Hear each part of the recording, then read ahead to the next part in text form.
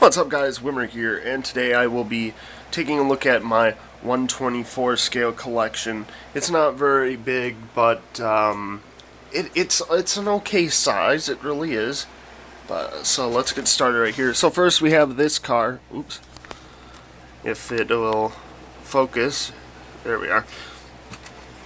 We have this car, which is Scott Wimmer's 2005 Cat Rental Store Dodge. It is signed. I got this out of a Secret Santa thing. I sent something, and then somebody else sent me something, which was pretty cool. And it was something I didn't have in my Scott Wimmer collection. So that's always a good thing to have. Next, we have the 2002 Ted Musgrave Sirius Dodge. This was a fourth Evernham car, technically.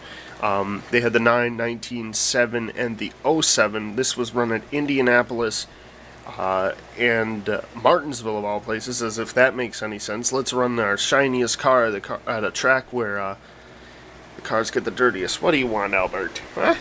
Yes, hello. I got this from my stepdad. I begged and pleaded him for it. Now, this is actually the way the car was. It is straight up chrome. It's pretty neat. What's weird is that the back, hang on, let's focus here. It looks like it opens, but it doesn't open, which is very irritating for me. I've tried everything I can to open it, and I'm not going to damage the car. Next, we have the 2004 Martin Truex Jr. Enterprise Chevrolet. This is a pretty rare car for Martin Truex Jr. This was one of his first starts. I think this was his first start. I think he ran this at Atlanta. He also tried running it at New Hampshire, but it rained out and it DNQ'd.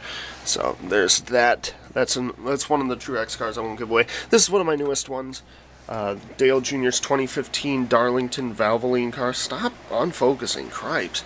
I bought this for about $30 for Plan B at Plan B sales. One of their eBay auctions, which is pretty nice. But looking at the production numbers, that ain't going to be worth much. Next is one of my favorite cars. It's so obscure. I do have the DIN number of 69 on it, which is a bit immature to think about, but, you know, I don't care. Look at that.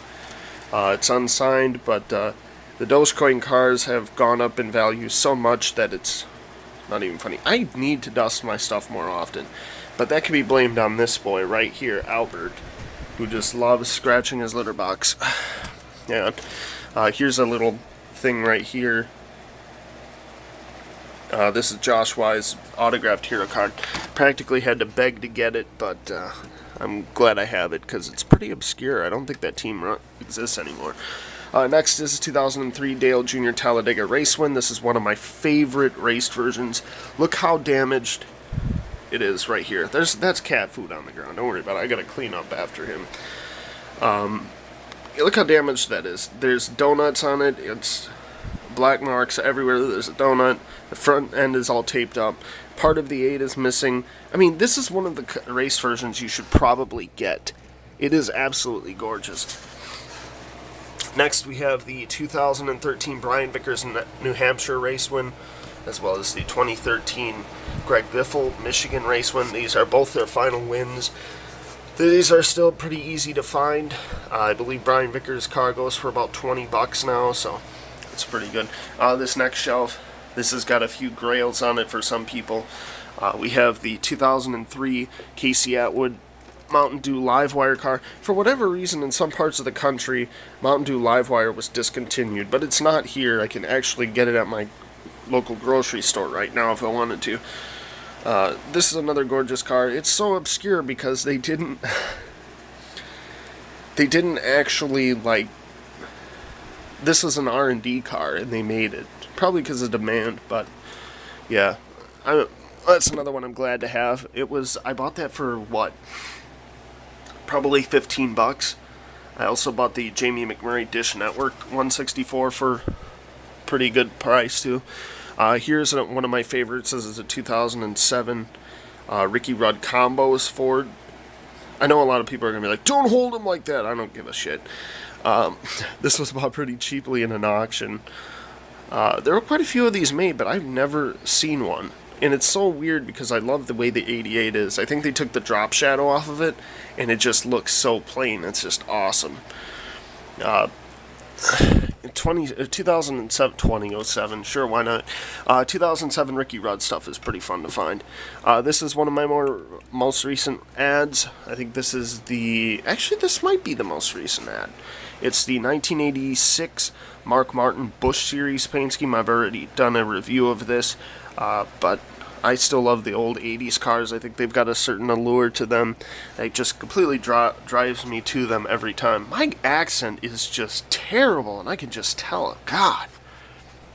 Anyway, next we have the Ricky Bobby 164 and 124 right here, along with the pop vinyl as well. That's a grail car for some people because of how hard it is to find. Here's another one we did the unboxing for. It's the 1984 Cale Yarborough Hardy Chevy. This is not the bank, that's the regular ARC. I just move this. And now we have the 2013 Jeff Gordon Drive to End Hunger Martinsville race version. This one's pretty hard to find. Most Jeff Gordon race versions are pretty hard to find though, so that's always fun to have. I think I spent $50 on this, and now it goes for over $100. Not that I care about value, but when you collect, you gotta pay attention to those kind of things in case things do suddenly spike in price. Now, you certainly don't want to sell your collection, but if it comes down to it, you kind of have to. You want to know the price for them. Here's the other two. I gotta get the 2000 and 2004 ones, but this is the 2015 and 1997 Jeff Gordon Rainbow cars. God, that's dusty. I really gotta dust my stuff. Up to my race versions here, I have not done a review on these yet. These are two newer ones as well. This is the 2011 Regan Smith Darlington race version. Absolutely love this car. It's a lot more plain than I thought. I believe the only car damage on it is this, along with the confetti. So, that's a bit odd. My cat is just absolutely insane right now. Oh, let's drop that slow. Here's the 2011 Paul Menard Indianapolis win, his only cup win to date. Once again, very nice car. There is a donut on there that a lot of people don't notice. So let's take a look at that. Look at that damage on there. You got this. Along the side, there's some damage as well. The front end is full of it. I got this out of a trade from my 2009 David Rudiman car, which used to sit up there. It was his Aaron's one, and I think I made a good trade out of it, because I've been wanting this for quite a while. There's quite a bit of damage through there, as you can see. Here's the donut on it. And then some damage here. There's some on the back. Just a gorgeous car. And also goes for quite a significant amount. Here's a 2011 Trevor Bayne Daytona 500 win. I am 2 away from getting the 5 first-time race winners in 2011. I'm missing David Ragan and Marcus Ambrose, but Ambrose is going to be impossible to find. Here's one of my favorites. This is a 2014 Dale Jr. Martinsville race version. Very nice car. Next is the Kurt Busch Martinsville race version 2014. It was really, a lot of people were really let down by this because it doesn't show body damage on it, but whatever. There's the 2013 David Ragan Aaron's 499 race version. The 2014 Allmendinger Glen race version. This is his first career win. And then the Eric Almirola Coke 0400 race version. I remember that race is one of my all-time favorite races because every big name wrecked out. That was just absolutely amazing. And that one has spiked in price too. So now here's my Scott Wimmer shrine. I'm missing a few cars on here, like his 2002 Siemens Pontiac and all that. Here's the 27 Siemens Dodge. This is the car he made his first, a few cup starts in 2002. Very surprised he made it. It was a promo to a local diecast shop in Florida. This is a Kenny Wallace car, but Scott Wimmer drove it. It looked exactly the same. I gotta pick up my hat here. That's another signed Scott Wimmer hat. I actually have another one somewhere. But anyway, back to the car. It looks about the same. We have a signed Dave Marcus 164 up there. Scott Wimmer's 2003 Memphis car, this Dracula one. There's a custom pop vinyl. It looks absolutely hideous. I'll eventually get one better made. 2005 Scott Wimmer Cat Dodge. 2007 Holiday Inn Chevy. This is a fan club exclusive. There were only about 200 made. So yeah, this is the custom 2007 Camping World Chevy for Scott Wimmer. This is one of the kid auctions that I often bid on.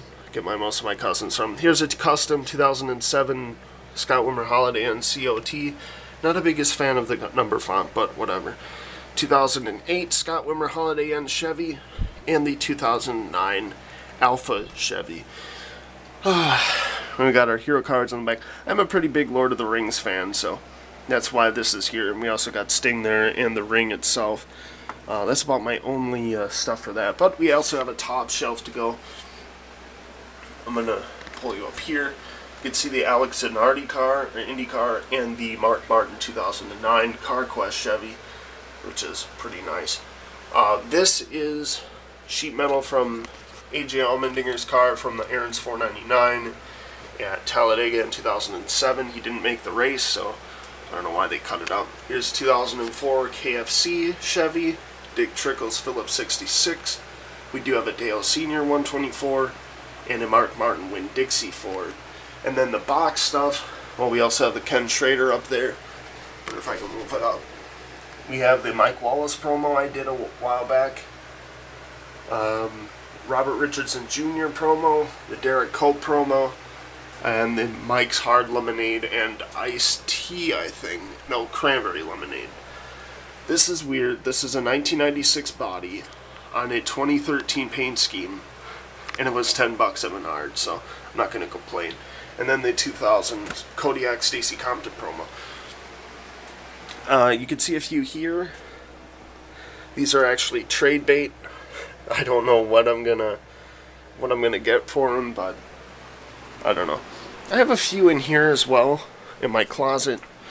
We have the Women of Racing in here. We have Shauna Robinson, Patty Moyes, as well as a 2012 Marcus Ambrose 124. It's not a raced version.